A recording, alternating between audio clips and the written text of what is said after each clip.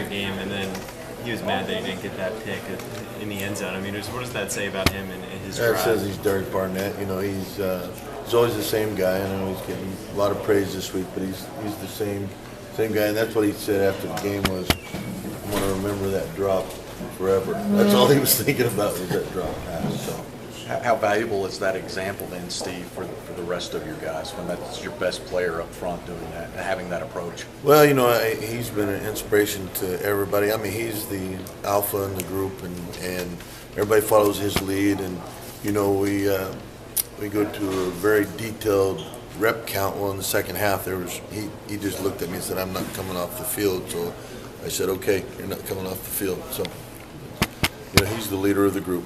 Along those lines, Steve, the freshness in the fourth quarter has been pretty apparent through 4 games. Just how effectively are you guys managing that rotation up front, and how different is it from years past with this group in the fourth quarter? Well, I think obviously we knew going into the season we had more young men able to play, so it's been a real benefit to be able to throw them in different situations.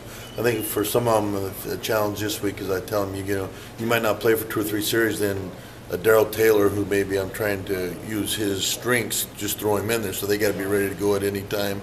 That means they have to be locked in on the sideline and adjustments, those kind of things. So it's a challenge at some points, but they're all excited about getting on the field. You talked about Barnett being the alpha, the leader of the group. Where does he stack up as to leaders that you've coached over the years?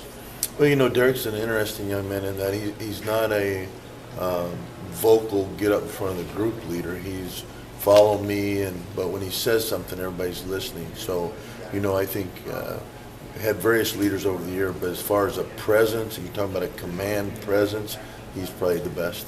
Steve, is there extra motivation going into this game for Shy after last year? No, we haven't talked about it. You know, I think this is a divisional, big-time rivalry game, so that's all we're focused on. You know, we know they like to run the ball first, so it's going to be a trench battle up front, so I think that's what our focus is on. You said you haven't talked about it, but are you going to remind your guys not to focus on what happened with that incident last year? Again, I'll be honest with you, I have not brought it up. They haven't said a word. We're just going to work. We know it's going to be a tough game, a line of scrimmage game, and obviously they like to run the football. They got a great stable of running backs, and so you know, the challenge is we have to do our part and lead the way this week. Coach, what's sort of been the key in Kendall and Danny's development from going from steady guys to showing up in the backfield? Yeah, I think those two are what I would term true program guys. That when we got here, they've been in the program the entire time.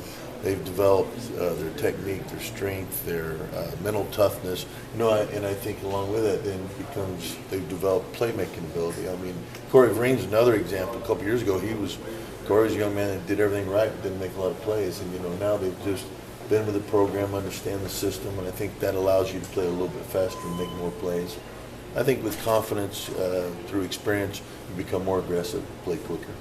Steve, I think the best stretches the defense has played this year were against Virginia Tech in the second half on Saturday. Really kind of started when defensive line started, kind of took control of the game. Do you think your guys see what their impact is and know now that as they go, the defense goes? Oh, I think they do. I think from early in camp we talked about being a defensive line-led team that we want to be up front, and we have the experience, we have the number of bodies and those type things, and it was good to see it come into play last week and see that we could have that effect on a game, and so we look forward to that challenge every week now. Did you challenge them at halftime? It seems like Florida was. No, it was a coach addressed the team, and then we addressed the issues, and I think with our defense, as Coach Shoup alludes, we've given up 12 big plays this year. Other than that, we've been playing pretty good defense. So, elimination of the big plays, that's what we said. Things will happen in a good way if we just go out and keep grinding, keep doing things our way, eliminate the big plays. Was it just a matter of intensity with